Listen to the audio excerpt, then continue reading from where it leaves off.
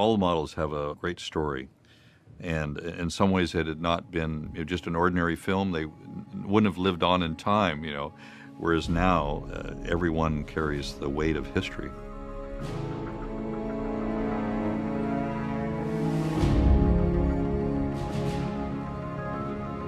We haven't done this at ILM in close to 15 years.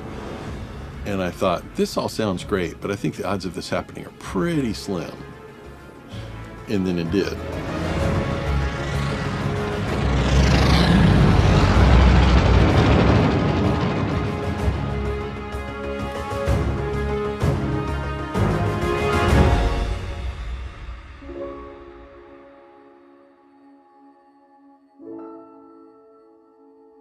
Working with Jon Favreau is amazing because he's a very innovative filmmaker. He likes to push the boundaries of technology as far as possible, and yet he's very grounded in reality.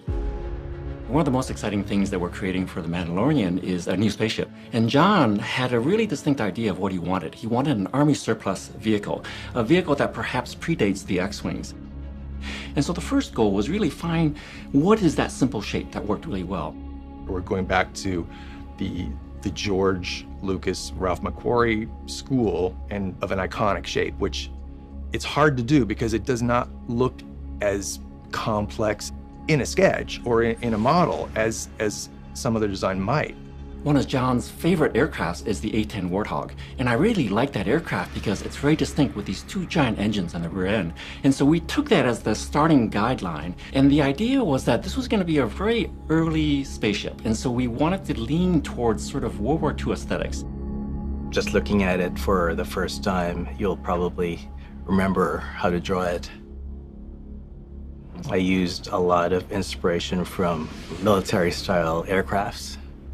We've really beefed up the engine size. We wanted to make sure that this thing looked very intimidating and very strong. We looked at a lot of derelict aircraft, airport graveyards and stuff like that. They wanted it to be kind of a shiny aluminum warplane look. We had all these environments, and it was very difficult to make something so shiny look good in all these different environments. When I started at ILM in 1989, we were in our heyday of motion control and miniatures.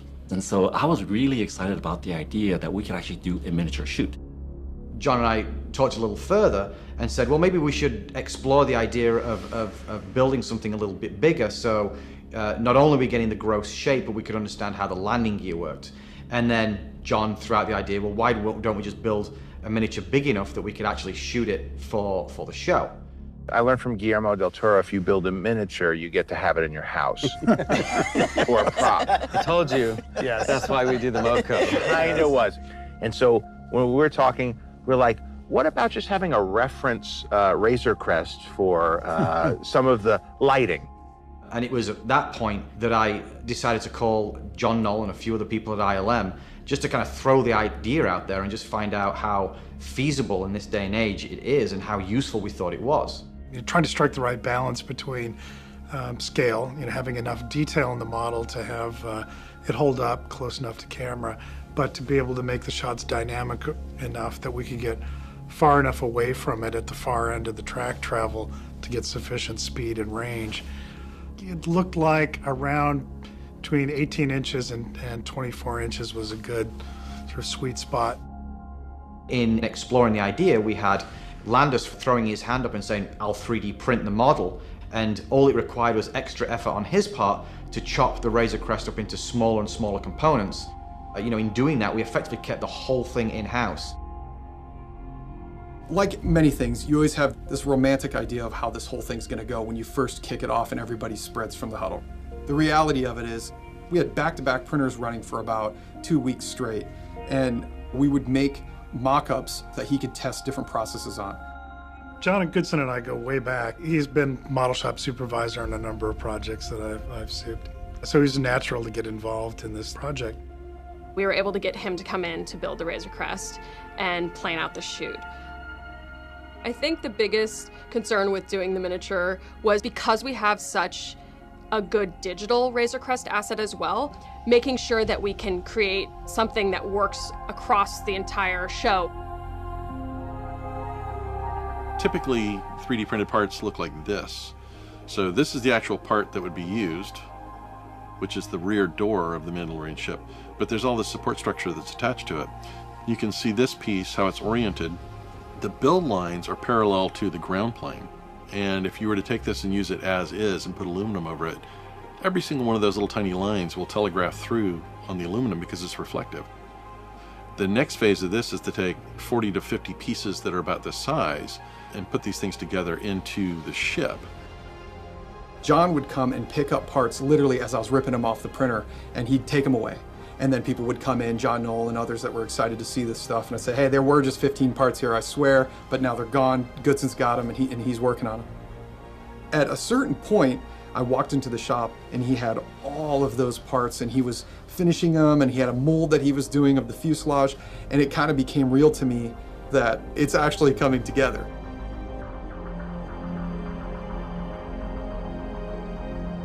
Once this was assembled, the mold was created with a part line right along the wing edge here that went all the way to the back.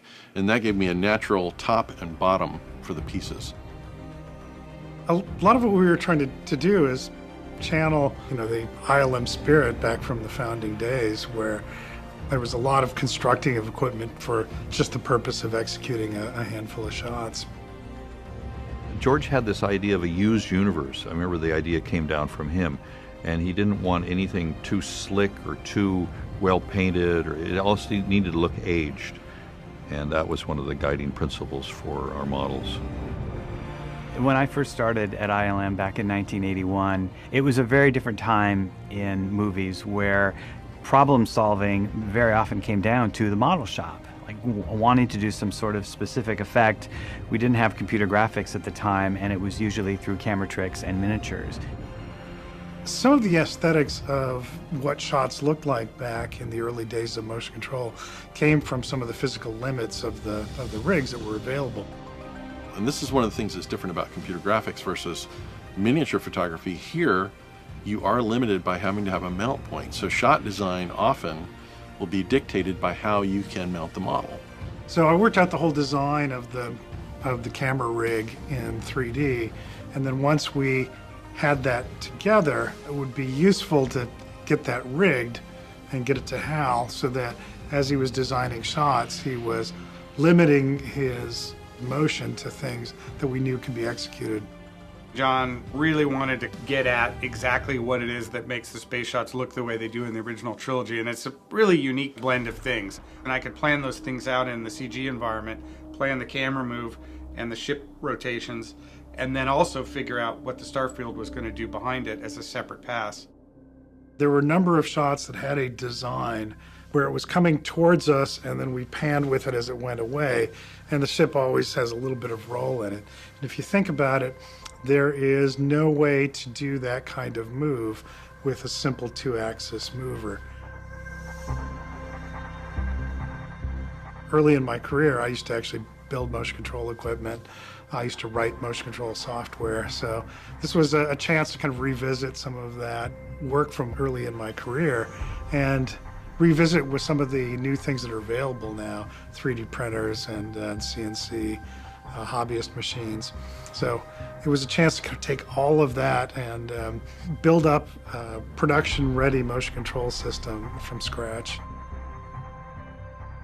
The thought was, if we could build this motion control system to basically just do what the shots needed to do, we could make this all work. And we were targeting the end of May for when the shoot was going to be, and everything was underway. The model was being built. I was machining pieces for the motion control system. When we got word that John wanted to show a shot of the miniature done this way at Celebration, you're excited for that audience to see that thing. And for us, our first audience was our colleagues. So when they saw it, the good news is everybody liked it. But then it shifted quickly from excitement of everyone receiving it so well to, we should show this at Celebration. And that meant everything had to move up about 5 weeks. You're not the only Star Wars fans. Up at ILM, there's a lot of Star Wars fans too, and people started coming out of the woodwork when they heard that we were doing this. We figured, all right, what are the minimum deliverables to be able to execute a shot for Celebration? There wasn't enough time to back up and change anything, really. You know, we just needed to go back in and do the paint, weathering. We didn't have a cockpit interior yet or lights up there. So it was the basic ship. You know, we were at a point where it's like, this is what we got. We got to shoot it like right now. So we picked a shot that we thought could be done, that the miniature could be finished to a state that was sufficient to hold up in that flyby shot. John took the aluminum components that were going to be the vertical supports for his track. They became his track. He was able to get 15 feet of track, and we shot it in a conference room.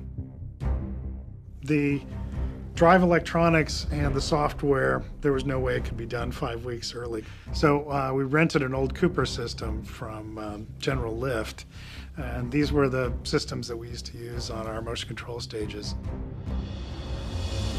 You know, when the interface booted up, it was straight out of 1992. You know, coming from visual effects from way back when we were doing miniatures all the way to the transition to digital, and now we're given an opportunity to actually work on a miniature, it was just mind-blowing.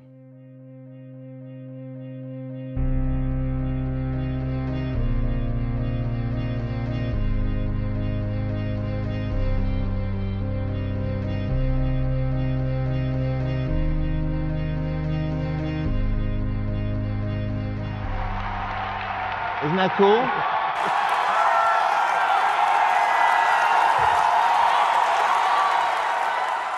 And what was really wonderful was that very first early proof of concept, which was originally maybe 1 or 2 shots, start to evolve. And so the scope of the project actually started to expand, even though our schedule didn't expand. And what was really wonderful was that we realized, okay, look, maybe we can actually get the camera closer. But our cockpit wasn't fully built out. So John Goodson went in there on his own and started to trick out the cockpit. We added more lights, we finished the back end. And we really started to slowly work our way almost all the way around the model to create something that was just an incredible model that we could shoot from many different angles. And that proved to be really wise because we ultimately ended up using quite a few of the shots of the miniature.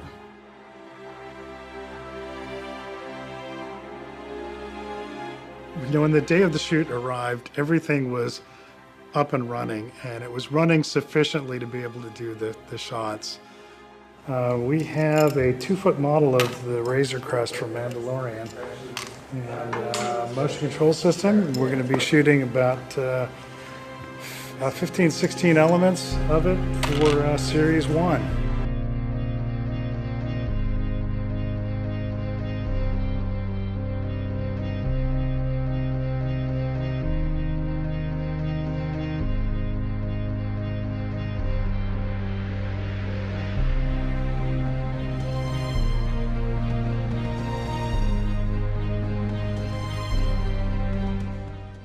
Space, for the most part, what you have is the sunlight, and you have a couple of bounce cards to fill some light into the shadow side of the ship.